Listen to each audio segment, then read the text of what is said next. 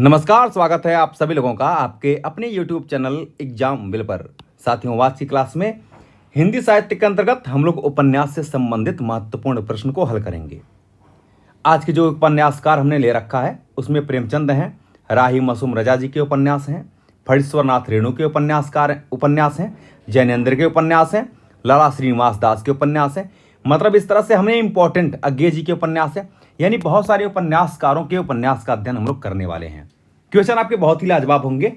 चलिए हम लोग शुरू करते हैं आज की क्लास का पहला क्वेश्चन के साथ। लेकिन साथियों, ध्यान रखना है कि आपको जितना सपोर्ट हो सकता है उतना सपोर्ट करना है ना। जितना भी सपोर्ट हो सकता है उतना सपोर्ट आपको करना है। साथ ही साथ वीडियो को खत्म होने के बाद आपको कमेंट बॉक्स में कमेंट करना नहीं भूलना है। ये कमेंट जो है हमें प्रोत्साहित करते हैं अगली वीडियो को बनाने के लिए, तो कमेंट आपको जरूर करना है। दोस्तों, हम लोग शुरू करते हैं आज की क्लास के पहले क्वेश्चन को। देखते हैं पहला क्वेश्चन आपका क्या कह रहा है। बहुत ही लाजवाब प्रश्न है ये, परीक्षा गुरु। तो भैया, जो हिंदी का पहला उपन्यास है ना परीक्षा गुरु, जिसको कि प्रेमचंद मानते हैं, क्षमा चाहता हूं, आचार्य रामचंद्र शुक्ल मानते हैं कि परीक्षा गुरु हिंदी का पहला उपन्यास है।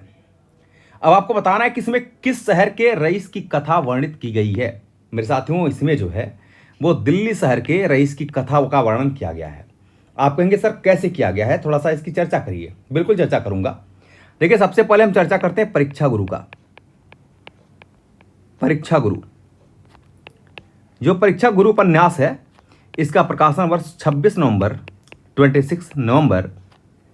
1882 ईस्वी को इसका प्रकाशन होता है ना। और ये जो उपन्यास है ये लाला श्रीनिवास दास का उपन्यास माना जाता है। किसका? तो लाला श्रीनिवास दास का उपन्यास है। श्रीनिवास दास, लाला श्रीनिवास दास का उपन्यास है। बहुत ज़्यादा आप डिटेल नहीं बता पाएंगे, लेकिन इसके बाद की जो क्लासेज होंगी वो हमारी काफ़ी बड़ी क्लास आपको मिलेगी। प्रयास करूंगा कि 1 घंटे की क्लास हो। साथियों, इसमें 41 प्रकरण है। 41 प्रकरण है। सबसे पहले हम चर्चा करेंगे इनमें 2 प्रकरण की। एक प्रथम प्रकरण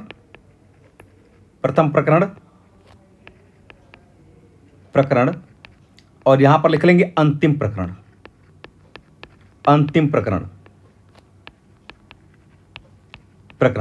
समझिए, बहुत अच्छी तरह इसको समझेंगे। जो प्रथम प्रकरण है यह सौदागर की दुकान है। क्या है? आप कहेंगे कि सौदागर की दुकान, सौदागर की दुकान, यह पहला प्रकरण है। और अंतिम प्रकरण जो है यह है सुख की परमावधि। सुख की परमावधि,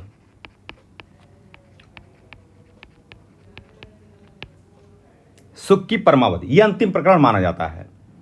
इसमें एक दिल्ली के सेठ हैं, इनके विषय में थोड़ा सा जान लेते हैं। इसमें साथियों दिल्ली के सेठ हैं, दिल्ली के सेठ, इनके पुत्र हैं जिनका नाम है मदन मोहन।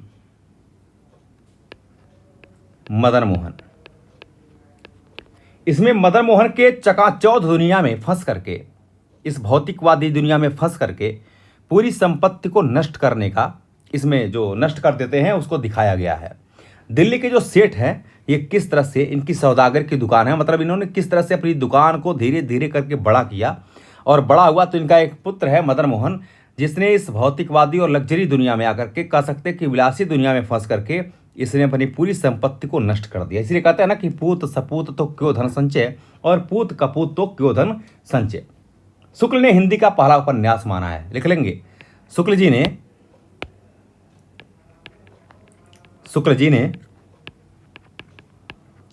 इसे हिंदी का पहला उपन्यास माना है। पहला उपन्यास माना है। आगे बढ़ते हैं नेक्स्ट क्वेश्चन की तरफ। क्वेश्चन नंबर अगला है हमारा, मतलब दूसरा क्वेश्चन है। यह कह रहा है आजकल जिसे लिव इन रिलेशनशिप कहा जाता है उस व्यवस्था का संकेत प्रेमचंद के किस उपन्यास में मिलता है? सॉरी, बताइए कि जिनको लिव इन रिलेशनशिप कहा जाता है वह प्रेमचंद के किस उपन्यास में इसका उल्लेख देखने को मिल जाता है? इसका सही आंसर होगा गोदान। किसमें मिलता है? गोदान। ठीक है, गोदान उपन्यास में मालती और मेहता ये 2 प्रमुख पात्र हैं जिनके रिलेशनशिप की कहानी वर्णित की गई है गोदान में। सॉरी, कौन कौन है? तो आप कहेंगे मालती और मेहता। ठीक है, इनके इसमें मालती जो है वो कहती है कि भाई जो दंपत्ति जीवन है, जो पारिवारिक जीवन है, शादी वाला है, उससे हट करके ये कहती है कि नहीं, लिव रिलेशनशिप जो है ये सबसे सुखमय होता है। ठीक है, सेवा सदन, सबसे पहले हम बात कर लेते हैं प्रेमचंद के सभी उपन्यासों का। अब यहां पर देख लीजिएगा, प्रेमचंद का पहला उपन्यास है देवस्थान रहस्य। क्रम से बता रहा हूं, देवस्थान रहस्य, देवताओं के स्थान का रहस्य, यानी जब मंदिर है उसका रहस्य क्या है, किस तरह से एक जो महंत हैं और उनके जो विलासी जो शिष्य हैं वो इस चीज़ों में फंसे हुए हैं, उसकी बात इसमें की गई है। 1905 में प्रकाशन होता है। अगला है हम खुरमा व हम सबाब, उर्दू में लिखा गया था, प्रेमा के नाम से इसका रूपांतरण होता है 1907। अगला उपन्यास है सेवा सदन। सेवा सदन, सेवा सदन के विषय में जान लीजिएगा, इसको हम लोग बाजार हुस्न कहते हैं। 1918 में प्रकाशित होता है। किस तरह से लड़कियों को बहला फुसला करके दिल्ली के बाजारों में उनका सौदा किया जाता है, ये इसमें दिखाया गया है। प्रेमचंद का यह प्रौढ़ उपन्यास, प्रथम प्रौढ़ उपन्यास माना जाता है, ध्यान रखना, प्रौढ़ उपन्यास है प्रेमचंद जी का, और हिंदी में प्रकाशित होने वाला, हिंदी में प्रकाशित पहला उपन्यास है, यानी प्रथम उपन्यास ही माना जाता है। इसको जान लेना। देखिए, हिंदी में लिखा गया नहीं है ये, सबसे पहले हिंदी में ये नहीं लिखा गया है, सबसे पहले हिंदी में लिखा गया है 1926 में कायाकल्प, जिसकी अभी हम चर्चा करने वाले हैं। लेकिन हिंदी में प्रकाशित होने वाला पहला उपन्यास सेवा सदन ही है। इसके बाद अगला उपन्यास है वरदान। वरदान 1926, क्षमा चाहता हूं 1921। इसके बाद अगला है प्रेमाश्रम। प्रेमाश्रम 1922। अगला उपन्यास है रंगभूमि। रंगभूमि, जिसको हम लोग चौगान हस्ती के नाम से उर्दू में जानते हैं, 1925।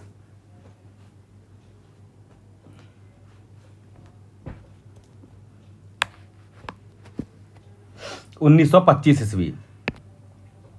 अगला है कायाकल्प। कायाकल्प 1926। अगला उपन्यास है निर्मला। निर्मला 1927। अगला उपन्यास है गबन 1931। अगला उपन्यास है आपका कर्मभूमि। कर्मभूमि 1933। अगला उपन्यास है इनका गोदान 1936। अगला है मंगलसूत्र। मंगलसूत्र, जो इनका अपूर्ण उपन्यास माना जाता है। ठीक है, तो प्रेमचंद के सभी उपन्यासों को हम लोगों ने देख लिया।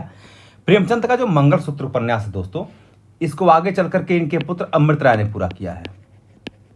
अमृत राय ने पूरा किया, आगे चल करके लगभग 1948 में इसका प्रकाशन होता है ना। चलिए आगे बढ़ते हैं हम लोग अगले प्रश्न की तरफ। हम बात करेंगे क्वेश्चन नंबर अगले की, तमस उपन्यास। ये कह रहा है तमस का कौन सा पात्र कथनी करनी में समान होने की विडंबना को व्यक्त करता है। इस प्रश्न का सही आंसर होगा कश्मीरी लाल, यानी ऑप्शन नंबर ई करेक्ट होगा। साथियों, जो तमस उपन्यास है, तमस है, ये भीष्म साहनी का उपन्यास है। भीष्म साहनी का उपन्यास माना जाता है, और ये भारत विभाजन के समय की, इसमें भारत विभाजन के समय की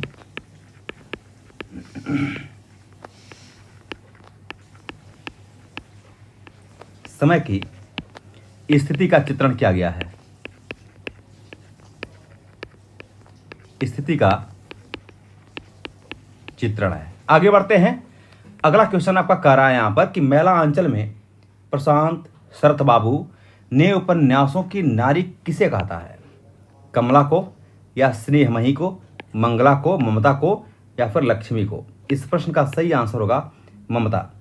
मैला अंचल जो उपन्यास है, जो मैला आंचल उपन्यास है इसके विषय में जान लेंगे। यह प्रथम आंचलिक उपन्यास माना जाता है। प्रथम आंचलिक उपन्यास, और माना किसने है? शुक्ल जी ने। ठीक है। बेसिकली जो आंचलिक उपन्यास हुए यह स्वतंत्रता प्राप्ति के पश्चात ही प्रकाशित हुए हैं, अर्थात इनका जो प्रकाशन है मैला आंचल का यह 1954 में होता है। कब होता है? 1954 ईस्वी में इसका प्रकाशन होता है। और इस उपन्यास में बिहार के पूर्णिया जिले के, लिख लेंगे,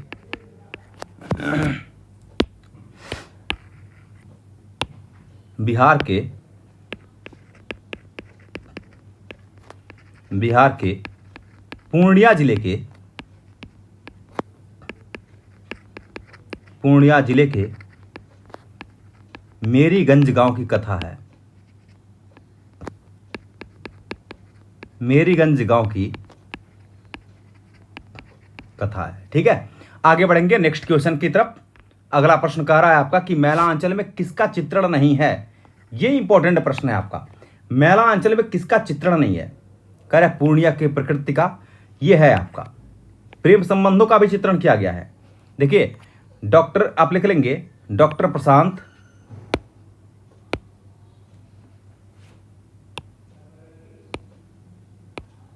लिखिए डॉक्टर प्रशांत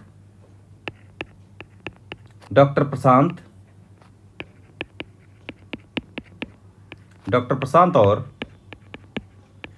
कमला के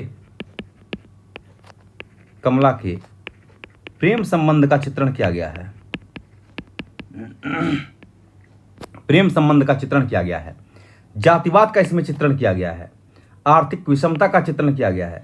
और सांप्रदायिक विद्वेष जो है इसका चित्रण इसमें नहीं किया गया है, इसलिए विकल्प आपके ई करेक्ट होंगे। आगे बढ़ते हैं दोस्तों अगले क्वेश्चन की तरफ। अगला क्वेश्चन आपका कह रहा है कि गंगौली गांव में किस उपन्यास की कथा भूमि है? गंगौली गांव जो है, जो गंगौली आपका है, इस गांव में आधा गांव उपन्यास की कथा भूमि है। आधा गांव जो है वो राही मासूम रजा का उपन्यास है। किसका है? तो आप कहेंगे कि राही मासूम रजा ये उपन्यास माना जाता है। इनके और भी उपन्यास है, जैसे टोपी शुक्ला हुआ, टोपी शुक्ला इन्हीं का उपन्यास है, राही मासूम रजा का ही है। हिम्मत जौनपुर है, हिम्मत जौनपुर इन्हीं का उपन्यास है। और ध्यान रखेंगे कि जो आधा गांव उपन्यास है साथियों, इसमें उत्तर प्रदेश के जो आपका गाजीपुर गांव जिला पड़ता है आपका, है ना, गाजीपुर जिले के गंगोली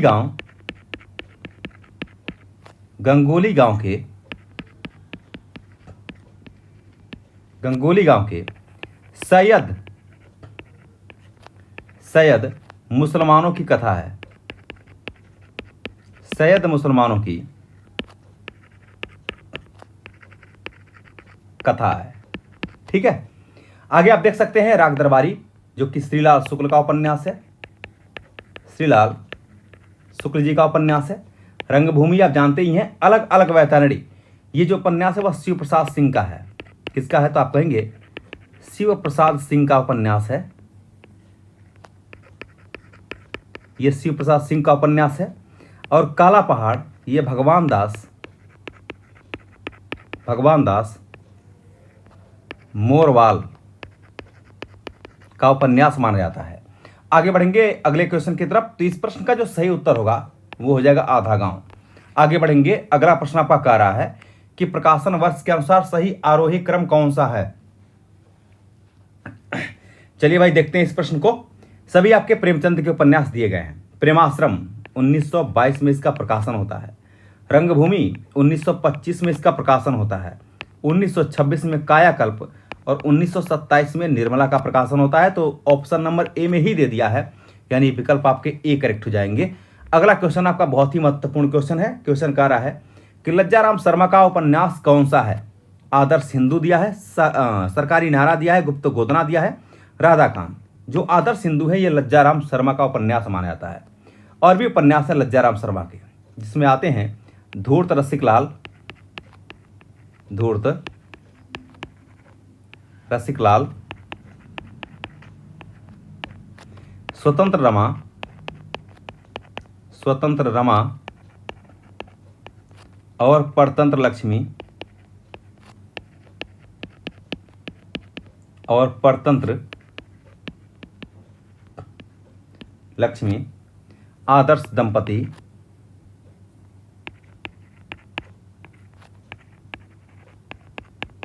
ये सभी जो उपन्यास हैं वो किसके हैं? तो आप कहेंगे लज्जाराम शर्मा जी के हैं। गुप्त गोदना देवकीनंदन खत्री का है। देवकीनंदन खत्री का उपन्यास है और देवकीनंदन खत्री का ही उपन्यास है चंद्रकांता। इनका उपन्यास एक और देख लेंगे जिसका नाम है साथियों चंद्रकांता।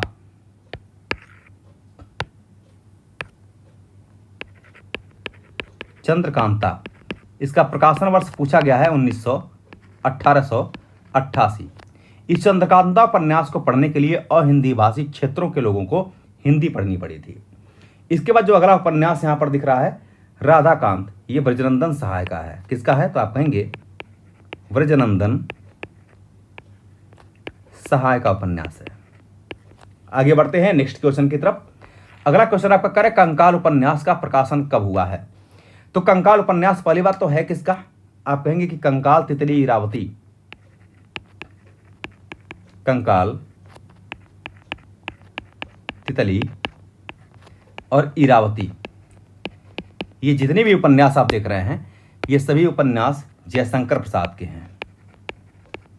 किसके हैं? तो आप कहेंगे जयशंकर प्रसाद की यह उपन्यास हैं। कंकाल का प्रकाशन वर्ष 1929 ईस्वी है, तितली का 1934 है और 1936 में इरावती का प्रकाशन होता है, लेकिन यह उपन्यास इनका अधूरा उपन्यास है। ठीक है, तो इसका सही answer option number D correct जाएगा 1929। चलिए आगे बढ़ते हैं। अगला प्रश्न आपका कह रहा है कि सर आर्थर कॉनन डॉयल, देखिए जो जासूसी उपन्यासों के प्रवर्तन का श्रेय जाता है वह सर आर्थर कॉनन डॉयल का ही है और 19वीं सदी में इनके उपन्यास बहुत प्रसिद्ध हुए थे। कह रहे इससे प्रभावित उपन्यासकार कौन है? इन्हीं से प्रभावित उपन्यासकार हैं जिनका नाम है गोपाल राम गहमरी। गोपाल राम गहमरी को हिंदी में जासूसी उपन्यासों के प्रवर्तन का श्रेय दिया जाता है। जासूसी उपन्यास के या उपन्यासों के प्रवर्तन का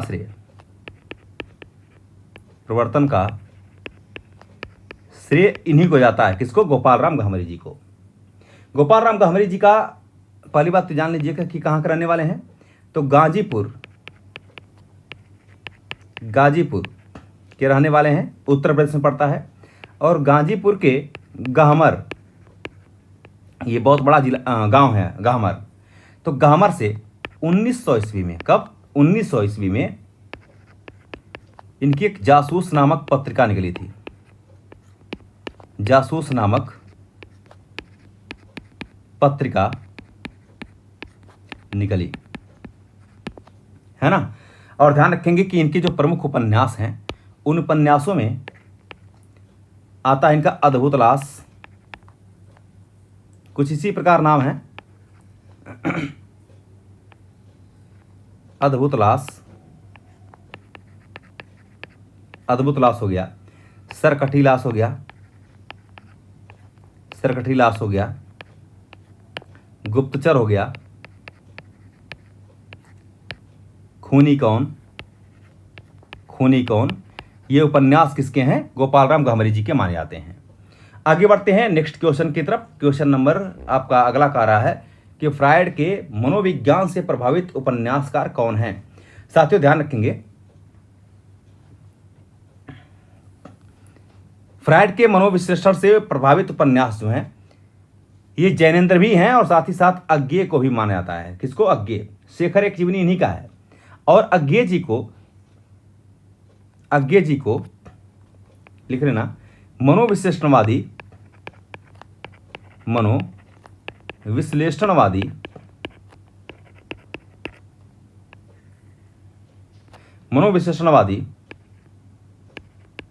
उपन्यासकार कहा जाता है? कहा जाता है। ठीक है, आगे बढ़ेंगे। अगला प्रश्न एक बहुत ही प्यारा क्वेश्चन है। आज हम थोड़ा सा व्याख्या कम कर रहे हैं, लेकिन फिर भी आपको बहुत सारी व्याख्या कर ही दे रहे हैं। आगे कह रहा है कि निम्न में से कौन सा उपन्यास जैनेन्द्र का नहीं है? परख, पहला कह रहा है परख। अगला कह रहा है सुनीता, शेखर एक जीवनी। देखिए शेखर एक जीवनी जो है ये अज्ञे जी का उपन्यास है। किसका है? तो आप कहेंगे अज्ञे का उपन्यास है। ध्यान रखेंगे, शेखर एक जीवनी के दो भाग हैं। दो भाग हैं। प्रथम भाग जिनका प्रकाशन 1940 में होता है, और एक है द्वितीय भाग जिनका प्रकाशन 1944 में होता है। जो प्रथम भाग है इसी को हम लोग उत्थान के नाम से जानते हैं। प्रथम भाग जो है वो उत्थान के नाम से जाना जाता है, और द्वितीय भाग को हम लोग उत्कर्ष के नाम से जानते हैं। किस नाम से? उत्कर्ष के नाम से जानते हैं।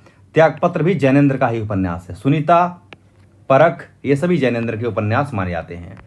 आगे बढ़ेंगे साथियों अगले प्रश्न की तरफ। अगला क्वेश्चन आपका कह रहा है कि पाप और पुण्य की मीमांसा में लिखा गया उपन्यास निम्न में से कौन सा है?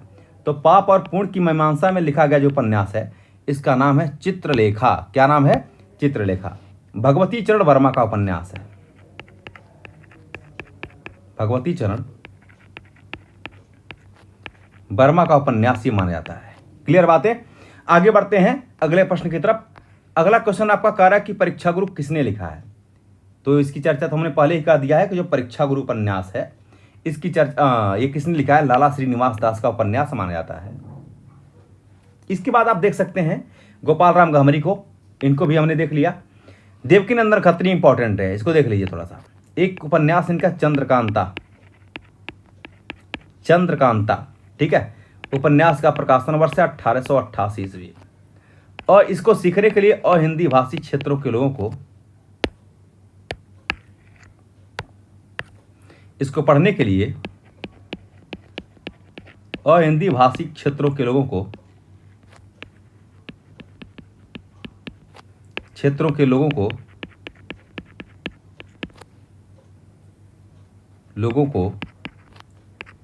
हिंदी सीखनी पड़ी। आगे बढ़ते हैं नेक्स्ट क्वेश्चन की तरफ। अगला क्वेश्चन आपका कह रहा है यहां पर कि जालपा किस उपन्यास की नायिका है? देखिए जालपा साथियों किस उपन्यास की नायिका है? जालपा जो है वो गबन उपन्यास की नायिका मानी जाती है। 1931 में इसका प्रकाशन होता है, और इसके जो पात्र हैं वो रामनाथ हैं, देवीदीन, पंडित देवीदीन हैं, दयानाथ, ठीक है।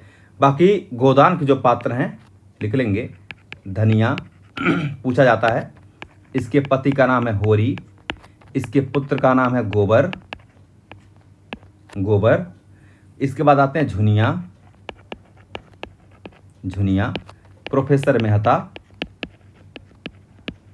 मेहता, मालती, ये सभी इसके पात्र हैं। आगे बढ़ते हैं नेक्स्ट क्वेश्चन की तरफ। अगला एक इंपॉर्टेंट क्वेश्चन है, और अगला क्वेश्चन आपका कह रहा है कि प्रेमचंद ने कुल कितने उपन्यास लिखे हैं? तो मैंने आपको बता दिया कि प्रेमचंद ने कुल कितने उपन्यास लिखे हैं, कुल मिलाकर के 12। वैसे तो अगर हम देखें तो एक प्रेमचंद का ऐतिहासिक उपन्यास है जिसका नाम है रूठी रानी। प्रकाशन वर्ष है रूठी रानी, ठीक है। इसका प्रकाशन 1907 ईस्वी में होता है। 1907 ईस्वी में ही हम खुरमावा हम सबाब, जिसका नाम प्रेमा है, उसका भी प्रकाशन होता है, लेकिन इसको हम लोग गणना नहीं करते हैं। प्रेमचंद ने कुल कितने उपन्यास लिखे हैं? तो कुल मिलाकर 12 लिखे हैं। हम बोलते चले जाते हैं। देवस्थान रहस्य पहला हो गया। दूसरा हमने लिखवाया है सेकंड वाला हम खुरमावा हम सबाब यानी प्रेमा। तीसरा उपन्यास है आपका सेवा सदन। चौथा जो उपन्यास है आपका वरदान। पांचवा उपन्यास जो है प्रेमाश्रम। छठा उपन्यास है आपका रंगभूमि। सातवां उपन्यास है कायाकल्प। आठवां उपन्यास है निर्मला। नौवां उपन्यास है गबन। 10वां उपन्यास है कर्मभूमि। 11वां उपन्यास है गोदान। और 12वां जो कि अधूरा है मंगलसूत्र। ठीक है, तो कुल मिलाकर के 12 उपन्यास इन्होंने लिखे हैं। अगला प्रश्न एक बहुत ही अच्छा प्रश्न है। करे हिंदी में नारी विश्लेषणात्मक चित्रण करने वाले कथाकार कौन है, यानी उपन्यासकार कौन माने जाते हैं। इस प्रश्न का सही आंसर होगा जैनेंद्र। आंसर क्या हो जाएगा, जैनेंद्र। झूठा सच यशपाल का उपन्यास माना जाता है। आगे बढ़ते साथियों अगले प्रश्न की तरफ। अगला क्वेश्चन कह रहा है यहां पर कि हिंदी के ऐतिहासिक उपन्यासकार कौन हैं। देखिए, हिंदी के जो ऐतिहासिक उपन्यासकार माने जाते हैं ये है वृंदावन लाल वर्मा। क्या नाम है इनका, तो आप कहेंगे वृंदावन लाल वर्मा जी हैं। वृंदावन लाल वर्मा को सर वाल्टर स्कॉट की उपाधि से सम्मानित किया गया है। सर वाल्टर स्कॉट इनको कहा जाता है, वृंदावन लाल वर्मा को। अमृतलाल नागर के जो उपन्यास हैं वो है मानस का हंस, मानस का हंस है, खंजन नयन है, खंजन नयन है, अमृत और विष है,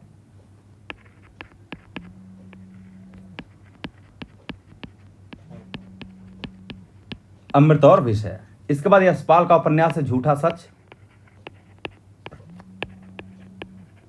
झूठा सच। विष्णु प्रभाकर का उपन्यास, मतलब ये जो है एक मानवतावादी उपन्यासकार माने जाते हैं, मानवतावादी उपन्यासकार हैं। ठीक है, आगे बढ़ेंगे अगले प्रश्न की तरफ और देख सकते हैं कारा की रंगभूमि।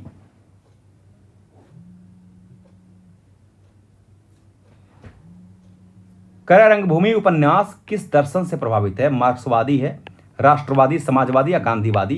तो जो रंगभूमि उपन्यास है यह गांधीवादी दर्शन से प्रभावित माना जाता है। और आज की क्लास का अंतिम क्वेश्चन आपका कह रहा है कि बाणभट्ट की आत्मकथा सर्वप्रथम किस पत्रिका में प्रकाशित हुई थी। साथियों, बाणभट्ट की जो आत्मकथा है ये विशाल भारत में प्रकाशित हुई थी। किसमें, विशाल भारत में। और जो बाणभट्ट की कथा है ये हजारी प्रसाद द्विवेदी का, लिख लेंगे, हजारी प्रसाद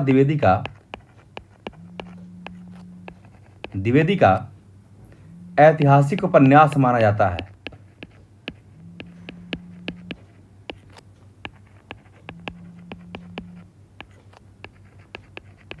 माना जाता है। ठीक है, चलिए अब आज की क्लास में हम लोगों ने लगभग 20 महत्वपूर्ण प्रश्नों को हल किया है।